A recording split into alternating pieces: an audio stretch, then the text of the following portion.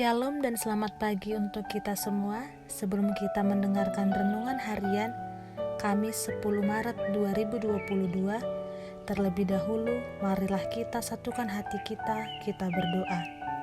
Kami sungguh bersyukur ya Tuhan buat segala kesempatan yang Kau berikan kepada kami. Engkau masih senantiasa memberkati dan melindungi kami di dalam kehidupan kami. Sebentar ya Tuhan, kami akan mendengarkan sapaan firman-Mu. Kiranya Tuhan yang memberkati kami, supaya kami dapat mengerti akan firman Tuhan dan dapat kami aplikasikan di dalam kehidupan kami satu hari ini. Terpuji dan termulah nama-Mu ya Tuhan, dari dahulu, sekarang, kekal sampai selama-lamanya. Amin. Yang menjadi renungan kita pada hari Kamis 10 Maret 2022 diambil dari kitab Mazmur pasal yang ke-14 ayat yang ke-24. Dan ia berkata kepada mereka, inilah darahku, darah perjanjian yang ditumpahkan bagi banyak orang. Saudara-saudara yang terkasih di dalam nama Tuhan kita Yesus Kristus, pada malam sebelum Yesus disalibkan, Dia diperhadapkan pada 6 pengadilan. Tidak ada satupun yang menyatakan Dia bersalah. Bahkan, tuduhan menghujat nama Allah yang dijatuhkan kepadanya oleh para ahli Taurat, orang Farisi, dan orang Saduki sama sekali tidak terbukti. Yesus naik ke atas kayu salib tanpa sedikit pun noda dan kesalahan. Itulah sebabnya darah Yesus adalah darah yang sangat mahal dan berharga. Firman Tuhan mengatakan bahwa Dia adalah anak domba Allah yang tidak bercacat celah dan tidak bernoda.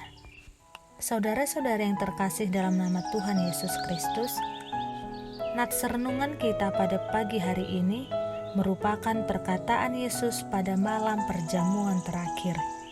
Yesus memakai pengorbanan dengan darah sebagai perumpamaan bagi murid-muridnya untuk menerangkan pemulihan atau penyembuhan hidup spiritual.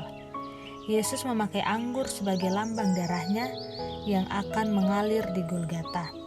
Ketika kita orang percaya meminum darah Yesus, anak Allah yang tunggal, yaitu korban untuk penebusan yang dilakukannya satu kali untuk selamanya itu, maka di dalam diri kita akan ada kuasa pemulihannya.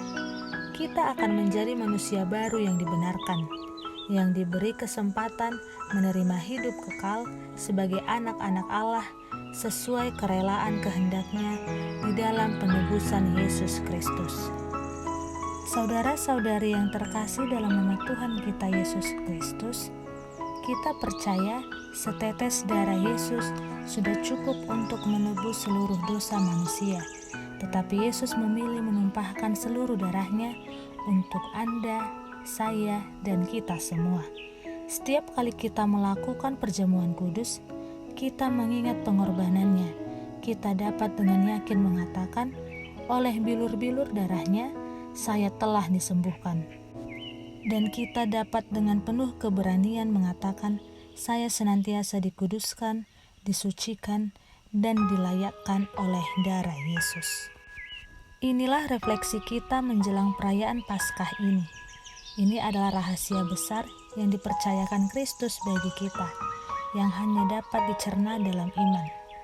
Kasih karunia ini harus kita syukuri, karena di dalam Kristus, anak domba Allah, yang menebus dosa banyak orang, kita telah menjadi Israel yang baru, yang dibenarkan dan dikuatkan oleh penolong yang diutus bersaksi ke seluruh dunia, agar banyak orang mengikut Dia.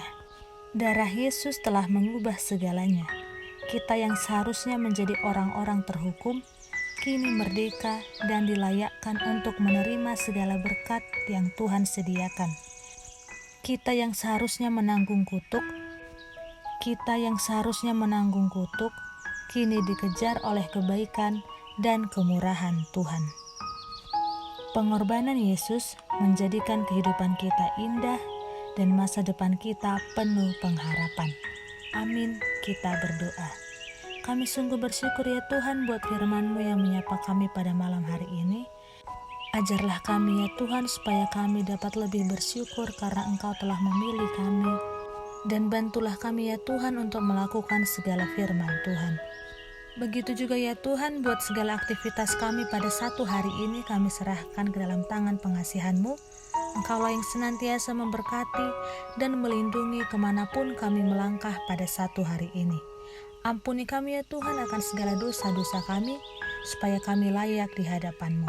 Dalam Kristus Yesus kami berdoa kepadamu. Amin. Shalom bagi kita semua.